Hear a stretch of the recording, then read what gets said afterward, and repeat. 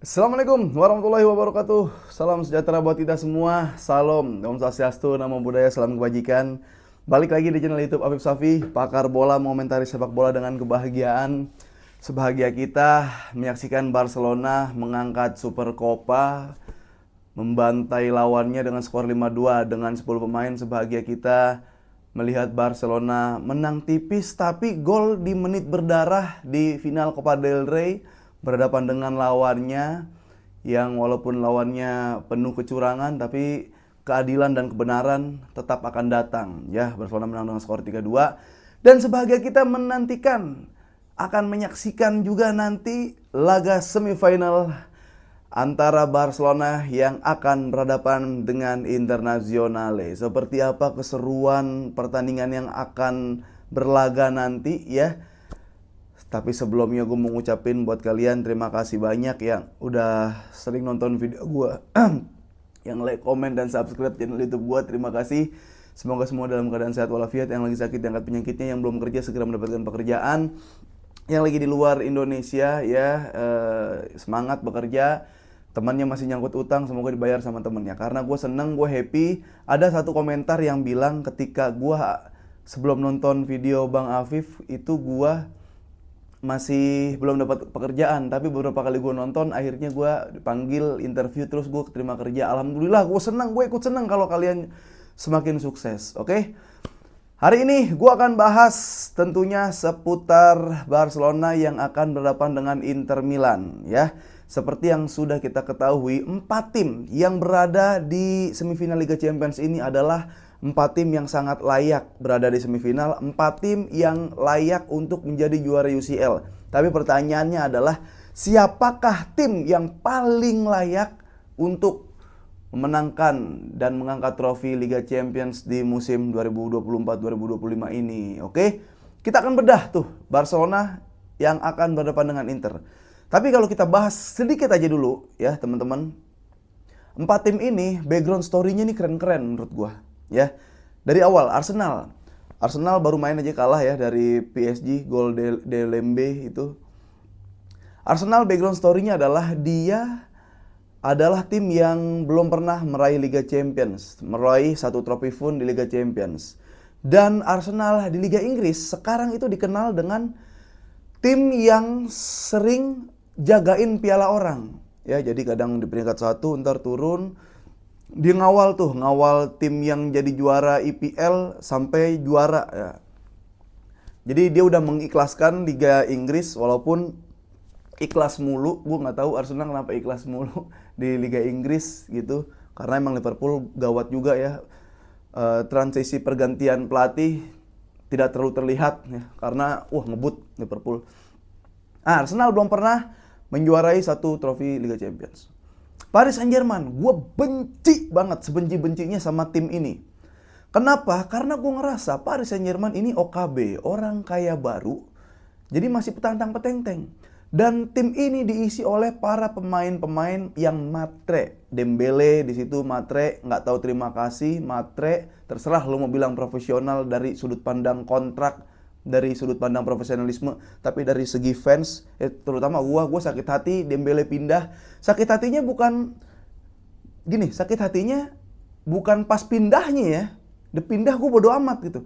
Sakit hatinya adalah ketika di Barcelona, lu nggak berkontribusi, lu nyedot duit doang, dan lu kerjaannya cuma cedera gitu.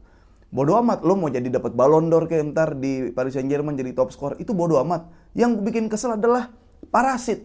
Itu parasitnya Dembele.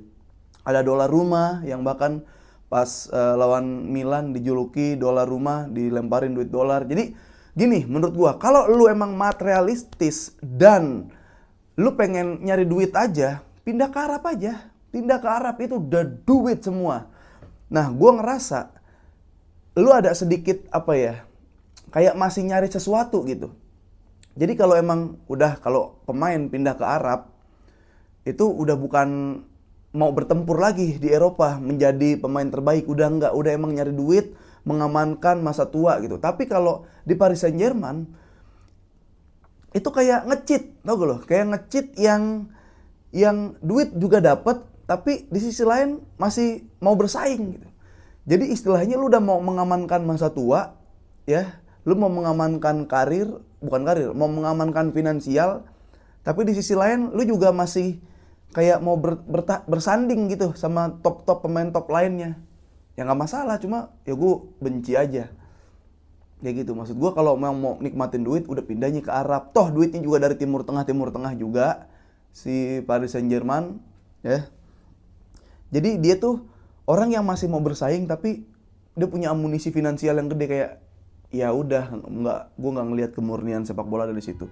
Tapi itu dulu eksistensi dan jalan pintasnya ngecitnya ini gue masih kesel gitu. Cuma ketika datang Enrique kayak semua tuh disulap, diubah. Bad boy-nya itu kayak perusak-perusak keindahan atau kemurnian sepak bola tuh diubah seakan-akan dengan strategi, dengan jiwa dia yang kebapaan, dengan taktikal di lapangan, dengan permainan yang bagus yang disajikan buat penonton, buat dirinya sendiri dan buat tim tentunya, dengan transisi yang luar biasa. Gue bisa sedikit melupakan hal-hal materialistis para pemain pengkhianat-pengkhianat ini. Nah, setelah itu ada Inter Milan. Inter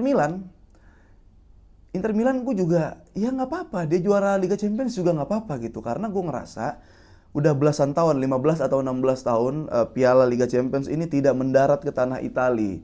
Dan biasanya setiap final di momen-momen tertentu itu bukan tim yang sama-sama atraktif football ya. Kita lihat gimana Prancis maju ke final Euro, dia main pragmatis, defense, parkir bus kata Nasio dicampur semua di situ. Ya gimana dulu Italia lawan Prancis 2006, Italia mainnya gimana di belakang semua, Prancis main gimana. Pasti ada satu tim yang satu nyerang, satu bertahan gitu loh. Final Liga Champions tahun lalu, Dortmund, Madrid, kita lihat Dortmund attractive football, ball position, Madrid parkir tank, kayak gitu. Jadi selalu ada biasanya, bukan tim yang sama-sama nyerang dua-duanya. Ketika di final, biasanya kayak gitu. City Inter kan kemarin lagi, Inter main gimana, City main kayak gimana gitu. Nah, sekarang Barcelona adalah tim yang menurut gua dia baru terang lagi setelah era kegelapan. Jadi Barcelona ibarat orang sakit dari rumah sakit, dia itu langsung sprint. Dia nggak ikut, namanya nggak menjalankan fase-fase pulih dulu, sembuh dulu, bugar dulu. Dia langsung fit, langsung sprint. Itu Barcelona sekarang. Kita tahu Hansi Flick seperti apa di Jerman ya. Lu kalau ngelihat atau nonton film-film perang Jerman yang tentara-tentara no mercy, nggak ada ampun gitu. Menang 8-2 masih kayak begini, menang bantai masih. Ketika datang ke Barcelona ketemu bocil ya, jiwa birokratnya dia mungkin terpaan militer ras-ras Jerman. Lihat Yamal 17 tahun tiktokan, Ansu Fati joget-joget, Gavi so asik gitu, ada Szczęsny ngerokok. Tiba-tiba dia mulai senyum. Hansi Flick mulai senyum kayak, apa ini diri gue yang sebenarnya, kayak gitulah, kayak harmonisasinya tuh ada di Barcelona. Nah, udah segitu aja dulu ngomongin, nanti kita bahas lebih dalam lagi tentang harmonisasi absolut cinema Barcelona. Sekarang kita ke pertandingan Barcelona yang akan menjamu Inter Milan ya. Kedua tim sudah sering bertemu. Totalnya adalah Barcelona menang 8 kali dan Inter Milan menang 3 kali. Selebihnya 5 match itu berakhir imbang. Nah, gimana posisi kedua tim sekarang? Inter Milan di dalam Liga Champions sejauh ini ya, dia adalah tim yang kebobolannya paling sedikit. Inter Milan itu dari 12 pertandingan dia baru 1 kali kalah. Barcelona tuh udah 2 kali ya kalah ya di Liga Champions ya. Ya, Inter Milan baru 1 kali kalah dan dia baru kebobolan 5. Ya, jadi tim yang paling sedikit kebobolan di Liga Champions sejauh ini di semifinal Inter Milan, internasional. Sementara Barcelona dari 12 pertandingan itu dia bisa udah kalah 2 apa 1, coba deh. Antara 2 atau 1 kali kalah dia. Dan kebobolannya gue lupa, tapi dia adalah tim tersubur di Liga Champions. Tim tersubur di tahun ini sih. Ya 82 gol lebih, berarti kemarin udah ada gol lagi, itu udah banyak. Jadi ini bakal pertemuan tim menyerang dan tim bertahan harusnya. Walaupun Inter tuh nggak terlalu bertahan banget ya. Dia juga adaptasi melihat kondisi permainan. Tim tersubur berhadapan dengan tim yang paling sedikit kebobolan. Serunya kayak apa tuh? Serunya kayak apa tuh? Inter udah siapin pasti 3-5-2, Barcelona 4-2-3-1. Nah, Hansi Flick sudah beberapa kali ketemu si Inzaghi dan menang Hansi Flick ya, walaupun belum di Barcelona, tapi Hansi Flick belum pernah ketemu Inzaghi-nya Inter. Ya, itu. Jadi kalau pelatih ini seru, sama-sama seru. Dan Inter lagi kurang maksimal dalam liga ya, dia lagi menurun. 3 pertandingan tidak pernah menang dan tidak memasukkan 1 gol pun ke gawang lawan. Jadi kalahnya ini dia dengan skor 0. Inter tuh. Cuma yang ditakutkan dari tim-tim model kayak begini adalah dia susah golin di Liga Italia. Dia ngamuk di Liga Champions. Aduh, males batu gue tuh. Itu tuh bisa tuh terjadi tuh. Ya. Sementara di Barcelona ini lagi oke nih. Tracknya lagi oke. Dia menang lawan Celta Vigo lagi oke. Menang lawan Real Madrid ya 3-2 di Copa del Rey. Sebelumnya juga ya, lagi oke lah, trennya lagi positif. Minusnya adalah Balde dan Lewandowski aja gitu, dan kecapean, memang jarak match ini terlalu dekat. Itu menarik. Dan setahu gua sejauh ini Barcelona nih baru beberapa kali berhadapan dengan tim yang menggunakan formasi 3-5-2, yang pasti itu kalau bertahan pasti kayak jadi 5-4-1, jadi 5 lah, jadi 5 back di belakang. Ya, dan Barcelona punya ikatan emosional dengan Inter. Jadi Inter ini dulu ketika era kegelapan Barcelona, dia adalah salah satu aktor yang bikin Barcelona turun ke Europa League, ya. Kan 1-0 terus 3 sama ya. Itu. Tapi kedua tim sekarang datang dengan kondisi yang itu dia gue bilang udah sama-sama bisa lari harusnya. Udah sama-sama bisa oke gitu. Nah, sekarang pinter-pinter nih. Gue nggak tahu gimana nanti Hansi Flick dia melakukan apa, karena pasti Inter ini yang bahaya nih. Gue tarik lagi ya. Biasanya kan prediksi gue benar biasanya, cuman jangan lu judiin. Kalau judiin jadi salah, jadi meleset. Barcelona itu sering gagal offside trap atau sering bisa lebih gampang diserang kalau dari sisi yang wide.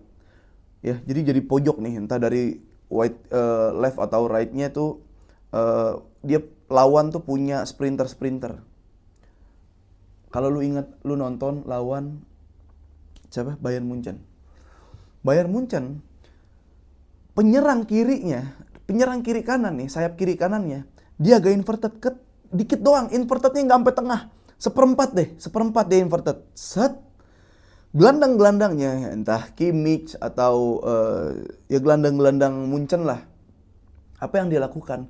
Kasih bola daerah, yang mana si sayap-sayap mereka ini dia nggak ngambil bola, dia tetap stay, dia nggak bergerak tanpa bola.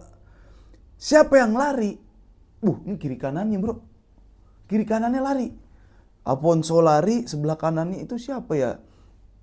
Itu lari juga. Jadi golnya kan juga gitu kan, gol Harry Kane kan, bola dikasih bola daerah, tapi yang ngejar bukan pemain sayap, karena pemain sayap ada di posisi offside, tapi siap-siap second layernya, entah itu ya pasti LB atau RB-nya itu yang bakal naik. Nah itu yang bahaya, karena itu sering terjadi kayak gitu. Lawan Benfica juga sih, siapa? Carrera yang nempel Lamine Yamal juga sering overlap ke depan dan nggak kena offside tuh. Bahayanya di situ. Jadi kelemahan Barcelona gue udah ingat ya, dia lemah sama striker yang sebenarnya larinya nggak terlalu kencang. Ya, lu kalau kayak ketemu striker Mbappe, ketemu apa, dirap sekali, kadang-kadang ketemu Vini ya lewat. Tapi kalau ketemu striker kayak Sorloth, Paldivis, lalu siapa? Iglesias, Borja yang udah sempat hat-trick. Emang nih striker kenceng? Sorloth emang dia striker kenceng? Bukan. Dia striker dedek yang bisa jadi wall, bisa ngeprotect ball, dan dia bisa menjadi pemantul yang oke. buat sisi-sisi lainnya tuh. Mau sisi AMF-nya, mau sisi WR-nya lah. Jadi gue ngerasa Inter itu punya senjata untuk melumpuhkan Barcelona. Nih ya, kayaknya sih Marcus Thuram nggak main, tapi dia udah semangat banget mau lawan Barcelona. Lautaro bukan striker kenceng, tapi dedek badannya, tembakannya akurat, positioningnya bagus, dan penempatan posisinya bagus banget, striker banget lah. Belum lagi kalau dia ntar ada Marcus Thuram, itu yang pertama, peluru buat Inter. Peluru kedua buat Inter, ini ada Dumfries di kiri, di kanan, di kirinya entah siapa lah ya, yang udah siap backup naik turun. Dumfries kenceng, sebelah kirinya juga tolong sebutin siapa, itu kenceng juga. Itu yang bisa memaksimalkan Inter. Kenapa? Ntar kayak Barella di sini, Miki, Calhanoglu itu kan pengumpan tuh. Pengumpan Barella bisa menyelinap lah. Calhanoglu punya tembakan jarak jauh, hati-hati tuh shoot dari luar kotak penaltinya Calhanoglu. Kayaknya waktu itu Stegen golnya gitu deh. Setelah itu si Barella, Miki Tarian. Dia juga pengumpan-pengumpan handal lah sebenarnya. Dia tinggal kayak lempar bola ke depan, Lautaro ke tengah, stay, atau ada striker lainnya stay, yang lari Dumfries. Itu hati-hati banget tuh Barcelona tuh. Di belakang Bastoni, Acerbi ini nanti bakal seru ya. Dia kan pernah foto Gavi pas Gavi keseret kayak gitu. Jadi seru, dan gue ngerasa Inter lebih sedikit deep mainnya, dia lebih pragmatis karena lebih baik nggak kalah daripada menang. Ya kalau nggak kalah lu masih bisa penalti, kalau nggak kalah lu masih bisa seri, ya. Tapi kalau nggak kalah lu masih bisa menang. Apa sih ngomong apa? Kayak gue nggak itu deh yang gue pengen keluarin dari mulut gue. Jadi visi misi dari Inter ini datang dengan kalau bisa jangan sampai kalah. Ya, kalau jangan sampai kalah, ya lu bisa lebih mudah di leg kedua, dan kalau jangan sampai kalah ini tercapai, lu bisa aja kalau lu golin lu menang gitu. Bukan ngincer menang. Kalau lu ngincer menang, mati sama Barcelona. Siapa yang paling kenceng? Mati. Munchen mati, Madrid mati semua sama Barcelona. Jadi sebenarnya tantangan kedua tim memang ada di sini. Sekali lagi gue katakan, ini adalah tim paling sedikit kebobolan di semifinal berhadapan dengan tim paling subur ya di Eropa, di dunia paling subur Barcelona. Nah, Barcelona gimana sekarang Bang? Barcelona ini nggak ada, yang jelas nggak ada Balde, nggak ada Robert Lewandowski ya. Balde katanya itu sempat sedikit kayaknya bisa main nih, ternyata enggak. Nah, ini bakal ada surprise atau enggak? Kayak Gerard Martin main dari awal. Kalau emang mau main dari awal, Gerard Martin udah kelihatan itu saat Copa del Rey final ya. Kalau emang mau attractive football, kalau mau full attack, ball position, Hector Ford lah orangnya. Tapi kalau misalkan emang mau safety dikit, mau aman, reading the game, Gerard Martin boleh. Atau nanti bakal ada opsi mungkin kayak kemarin. Jangan-jangan Internya yang neken, jangan-jangan Internya yang nyerang. Masukin Araujo dan Kubarsi di tengah, Inigo geser kiri. Konde lagi gila, mental lagi naik turunnya oke. Mudah-mudahan gak kecapean. Lamine Yamal pasti ada misi balas dendam. Gavi pun ada, Pedri bakal ketemu Barella kayak ketemu si Calhanoglu yang dibilang lu ngebandingin Pedri, Bellingham, Musiala. Enggak nih, Calhanoglu lebih bagus sih. Ya udah kita lihat aja nanti dengan cara bermain yang berbeda, resikonya juga pasti masing-masing berbeda. Ini masih susah ditebak. Gua biasanya nanti lah dapat wangsit. Oke, coba kalian prediksikan teman-teman berapa skornya dan seperti apa permainannya, line up-nya seperti apa juga. Dan gue mau ngasih tahu teman-teman, lu kayaknya lu harus pantengin Instagram media sosial gua. Ini info penting banget. Lu harus pantengin sosial media gua. Di YouTube juga bakal gue share sih, tapi sosial media gua. Intinya gini, gua nggak bisa spill terlalu banyak. Gini, kalau lu mau ke Itali, silakan lu pantengin Instagram, X atau TikTok gua. Udah itu aja dulu gue spill, oke? Gitu aja. Terima kasih teman-teman yang selalu like, komen, dan subscribe channel YouTube gua. Semoga kalian semakin sehat dan semakin sukses. Jangan lupa nonton Dance TV karena gue ada host di situ sebagai host dan ada bintang tamu yang sangat kredibel. Sampai ketemu di match berikutnya. Vamos!